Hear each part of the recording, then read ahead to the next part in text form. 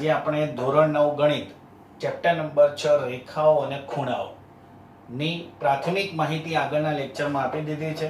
આજે આપણે સ્વાધ્યાય 6.1 એની અંદર 3 દાખલા ગણવાના છીએ। જો વિદ્યાર્થી મિત્રો તમને આપણા લેક્ચર ગમતા હોય તો લાઈક કરો, સબસ્ક્રાઇબ કરો અને બાજુમાં આપેલા બેલ આઇકનને પ્રેસ કરો। હવે આગળ કે આજે આપણે એવું છે કે પૂર્વધારણા 6.1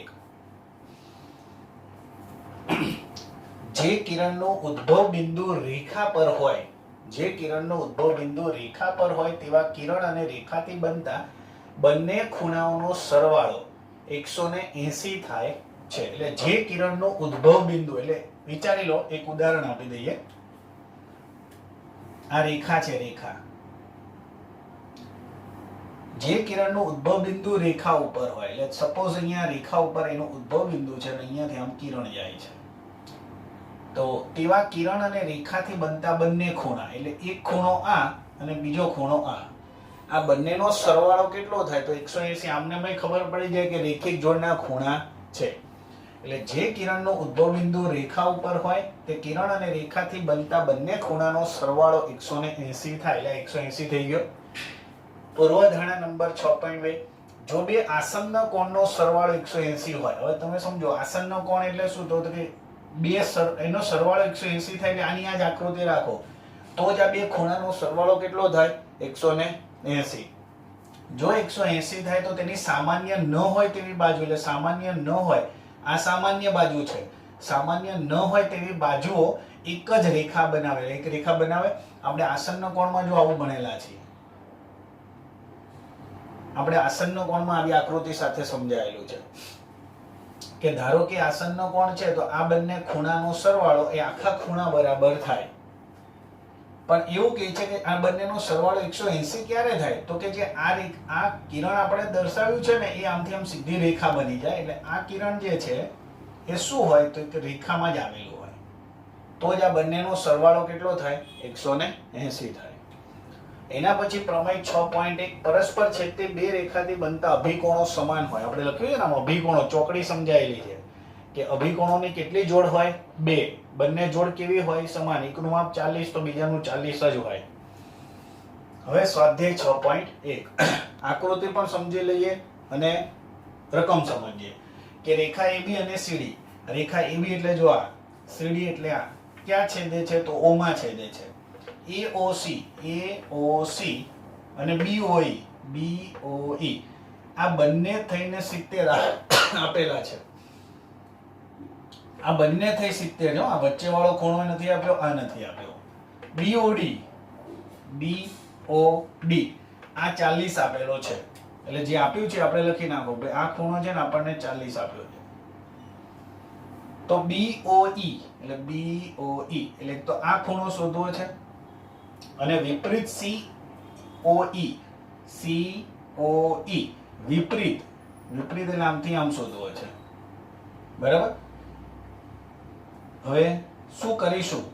તો ખાલી એમને પહેલા આખી આકૃતિ ઉપરથી હું સમજાવી દઉં તમને કે જો આ સામેના બે ખૂણા થાય, જો આ ચોકડી પડે ચોકડી આમ, તો આ ખૂણો અને આ ખૂણો, એટલે કયો? આટલો અને આ ખૂણો, તો આનું માપ કેટલું આવશે? 40 આવે, કેમ કે સામેના બે ખૂણા થઈ ગયા, અભિકોણો થઈ ગયા। હવે હમણાં જ મેં સમજાવ્યું કે આ બંને ખૂણાનું માપ, એટલે જો આ બંને મારી આંગળી છે ને, એ બે ખૂણાનું માપનો સરવાળો કેટલો કીધો? 70। તો આ 40 છે તો તમને એ પણ ખબર પડી ગઈ કે આ કેટલો થાય? 30 થઈ જાય, એટલે આ આપણને 30 મળી ગયો।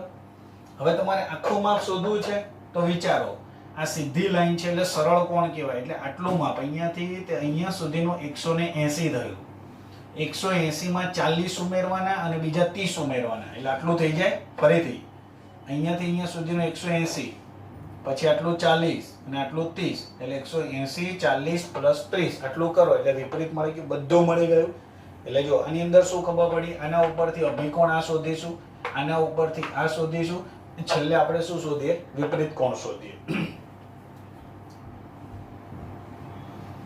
ખૂણો AOC બરાબર ખૂણો BOD। કેમ આવું થાય? તો બાજુમાં આપણે અહીંયા લખી નાખીએ કે અભિકોણો છે। ચાલો ફરીથી AOC અને BOD. ચાલો ફરીથી AOC અને BOD એટલે આ બંને સામસામેના અભિકોણ છે અને અભિકોણ હંમેશા કેવા હોય? એકરૂપ. એકરૂપ હોય એટલે સામેવાળો ખૂણો હતો કે AOC બરાબર કેટલો મળી ગયો? તો 40. પછી રકમની અંદર આપેલું છે, જો આ હું લખું છું કે ખૂણો AOC પ્લસ ખૂણો BOE બરાબર 70. આવું શેમાં આપ્યું છે? રકમમાં આપ્યું તો એવું બી લખાય કે પક્ષમાં આપેલું છે એવું. આનું માપ મને મળી ગયું, ઉપરથી લખું 40, BOE 70.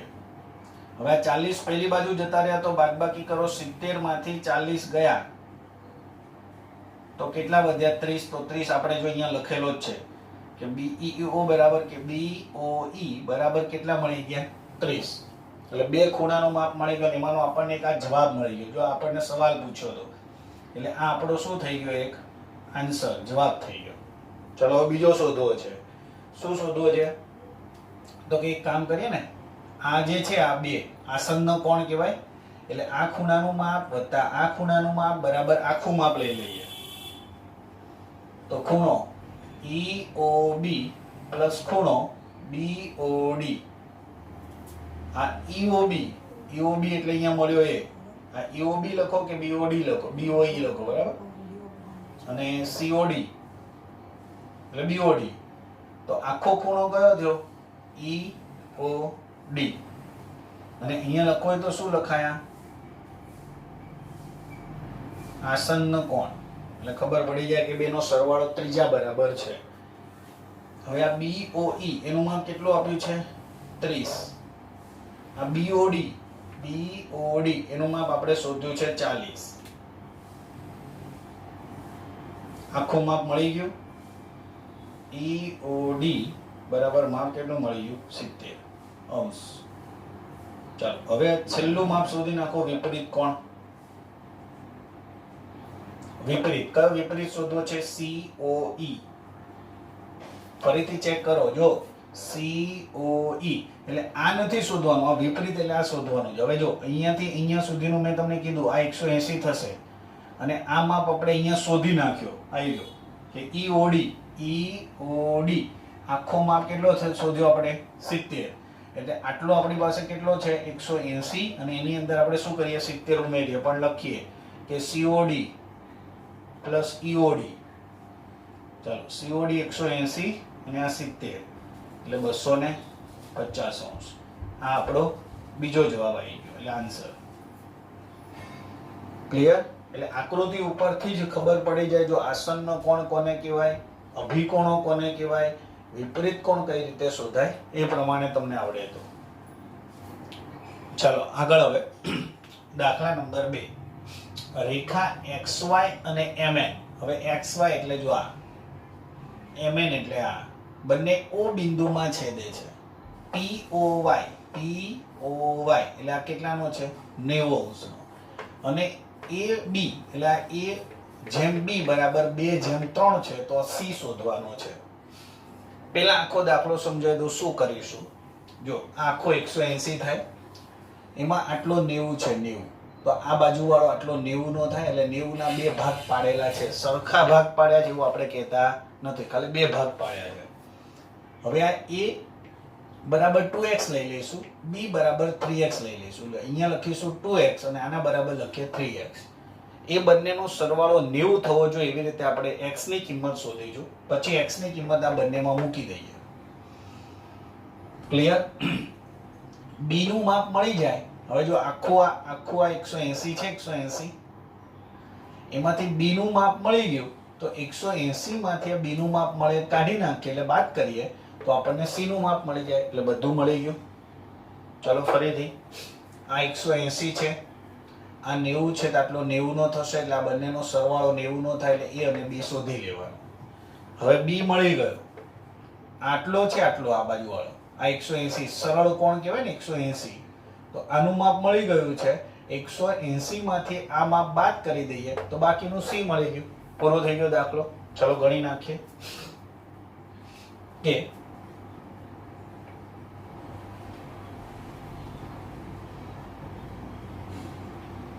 POX પ્લસ ખૂણો POY બરાબર 180 બાજુમાં લખી નાખો કે રૈખિક જોડના ખૂણા છે. તો માટે POX પ્લસ આ ખૂણો 90 નો આપેલો છે, કેમ કે નિશાન અંદર જો આપ્યું છે ને આવું નિશાન એ 90 નું કહેવાય. બરાબર, આ 90 પહેલી બાજુ ગયા તો માઈનસ થઈ ગયા, એટલે POX બરાબર જવાબ કેટલો આવી ગયો? 90. બરાબર. હવે આપણે જે આ x અને 2 આ છે ને એ આપણે ધારી લઈએ કે ખૂણો, સાંભળજો, આ a એટલે કયો ખૂણો છે? તો POM બરાબર એ આપ્યો છે ને એ, પણ એને કેટલો ધારીએ? તો 2x ધારી લઈએ. કેમ? તો કે અહીંયા 2 છે એટલે આને 2x ધારો, આને 3x ધારો. તો b ખૂણો એટલે કયો છે? તો કે MOX બરાબર કેટલો? 3x. ફરીથી આ 2 જેમ 3 આપ્યા છે એટલે 2 જેમ 3 આપ્યા છે ને, તો 2x અને 3x ધારી લીધા, એટલે આ 2x ધાર્યો, આ 3x ધાર્યો. હવે ખૂણો XOM પ્લસ ખૂણો MOP બરાબર કેટલાનો છે? 90 નો. કેમ? તો કે આટલો ખૂણો કેટલાનો થાય છે? 90 નો. હવે આનું માપ મૂકો તો 3x, આનું મૂકો 2x બરાબર કેટલા? 90. બંનેનો સરવાળો કરો તો 5x બરાબર 90, 5 છેદમાં જતા રહ્યા તો x બરાબર કેટલો આવી ગયો? 18. 18 આવી ગયો. હવે એ કિંમત હું આની અંદર મૂકી દઉં કે ખૂણો POM 2 ગુણ્યા અહીંયા કેટલા કરું? 18. x ની જગ્યાએ 18 એટલે 18 તો કેટલા થઈ ગયા? 36. અને MOX 2 ગુણ્યા નહીં પણ 3 ગુણ્યા 18 તો કેટલા થઈ ગયા? 54. હવે તમે સમજો કે આ MOX આ ખૂણો મને કેટલાનો મળી ગયો? 54 નો. હવે આખો 180 છે એમાંથી હું શું કરીશ? 54 બાદ કરી દઈશ એટલે મને જવાબ મળી જશે. તો XOM પ્લસ XOM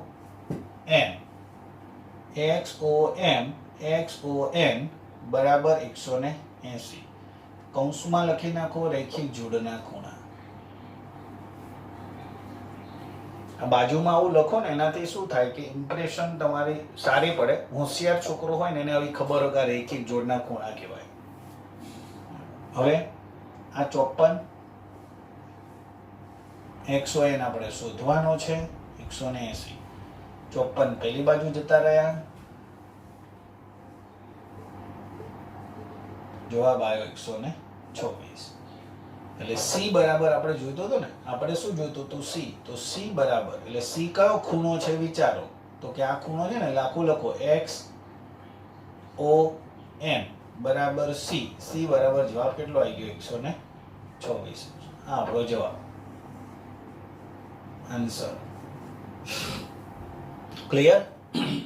ચલો એના પછી દાખલા નંબર 6. હવે આકૃતિ સમજી લો પહેલા કે આ જે છે એ સરળ કોણ કહેવાય. એમાંનો આટલો 64 આપેલો છે, આ 64 છે. તો 180 માંથી આ બાદ કરો 64 તો આ મળે આખો. પછી એવું કીધું છે આ એના અડધા અડધા ભાગ કરે છે. અડધા એટલે દ્વિભાજક છે. દ્વિભાજક એટલે અડધા ભાગ કરે. ધારો કે 100 હોય અને દ્વિભાજક કે તો 50 ભાગ કરે. 80 હોય દ્વિભાજક કે તો 40 ભાગ કરે. પણ દ્વિભાજક કીધું હોય તો, એટલે અહીંયા શું કીધું છે કે PYZ એનો દ્વિભાજક આ કિરણ છે. કિરણ કયું? તો YQ છે. તો જે જવાબ આવે ને એના બે અડધા અડધા ભાગ કરશે. અને છેલ્લે આપણે શું શોધવું છે? વિપરીત. QYP એટલે QY અને P.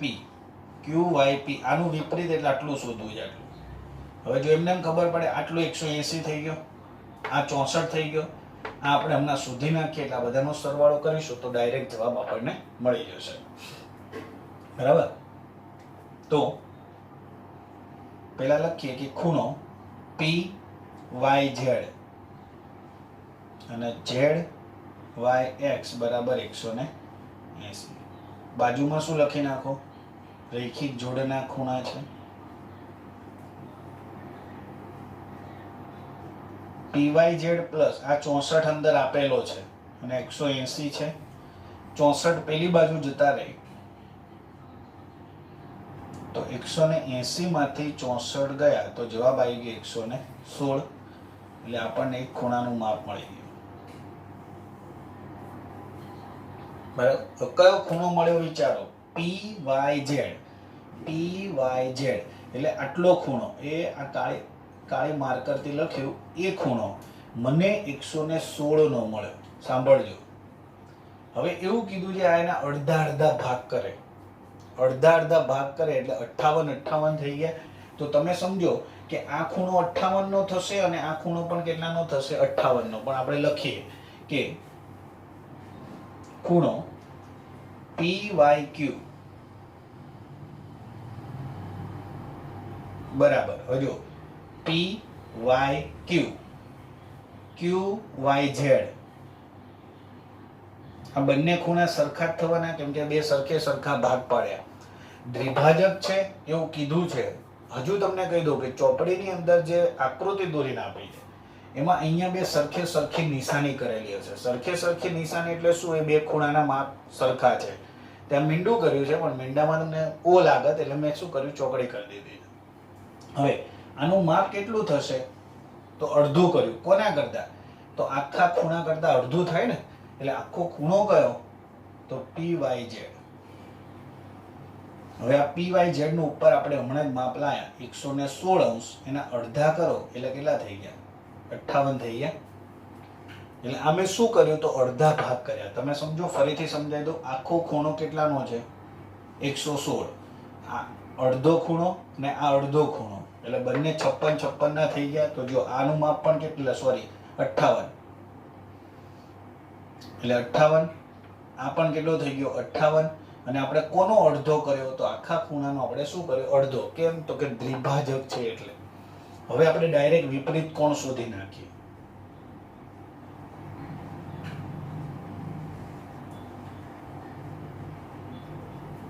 હવે સમજો, આ Q P અને Y નો વિપરીત કોણ શોધવો છે. જો એટલે QYP એનો વિપરીત કોણ એટલે જો આટલો થાય, જો આમ કરું છું ને એ અહીંયા સુધીનો, એટલે આ ખૂણાનું માપ આટલું આપણે જોઈએ છે. હવે જુઓ તો ખબર પડી જાય કે જો આ ખૂણો છે આ, એને સરળ કોણ કહેવાય. આ ખૂણો તો એને તમે સરળ કોણ કહો તો 180 કહેવાય. એટલે ખૂણો PYX. એટલે હું કોનો સરવાળો કરીશ? જો પહેલા આટલો અને પ્લસ આટલો ખૂણો લઈશ. જો આ ટુકડો આટલો અને પ્લસ આટલો ખૂણો લઈશ. એટલે પહેલા મેં શું લખ્યું? PYX. એટલે આ ખૂણો લીધો. હવે લખીશ XYZ. એટલે XYZ પ્લસ ખૂણો QYZ. એટલે ત્રણ ખૂણાનો મેં સરવાળો કર્યો. આ તો 180 હતો, આ 64 લખેલો છે અને પેલો કેટલો આવી ગયો? 58. તો જવાબ શું થઈ ગયો? 302 થઈ ગયો. તો આ રીતે આપણે દાખલો ગણી શકીએ. આ દાખલો હું ફરીથી બોલી જાઉં છું. જો એમને પણ તમે રકમ પ્રમાણે તમે ચેક કરો ને તો પણ તમને આવડી જાય. ચલો પેલા આપણે આકૃતિ એવી રીતે દોરીને સમજાવીએ કે આખો 180 થાય આખો, એમાંથી આટલો કેટલાનો આપ્યો છે? 64 નો. તો આ બાકીનો કેટલો થાય? તો કે 116 નો થાય. હવે હું એવું કહું કે આ જે કિરણ મેં દોર્યું આમ, આ બે આના અડધા અડધા ભાગ કરે, અડધા અડધા. તો તમને ખબર પડી ગઈ કે સાહેબ આ પણ 58 થશે ને આ પણ કેટલો થાય? 58. હવે એવું સમજો કે મારે આનો વિપરીત કોણ જોતો છે. આનો વિપરીત કોણ એટલે મારે આટલું જોઈએ, આટલું. તો 58, 64 અને આટલું માપ કેટલું થાય? જો આટલું તો 180. તો આ ત્રણે ત્રણનો હું શું કરું? સરવાળો. એટલે મને આખું માપ મળી જાય. તો આ પ્રમાણે તમે દાખલા ગણી શકો. પણ ક્યારે કે બધા નિયમો ખબર પડતી હોય, કોને અભિકોણ કહેવાય, રેખિક જોડ કહેવાય, આસન્ન કોણ કહેવાય એવી ખબર પડતી હોય તો એટલે આપણે આગળ જે કંઈ થિયરી ભણાવીએ છીએ ખાસ જોજો, ખાસ લખજો અને વારંવાર આપણા લેક્ચર જોજો.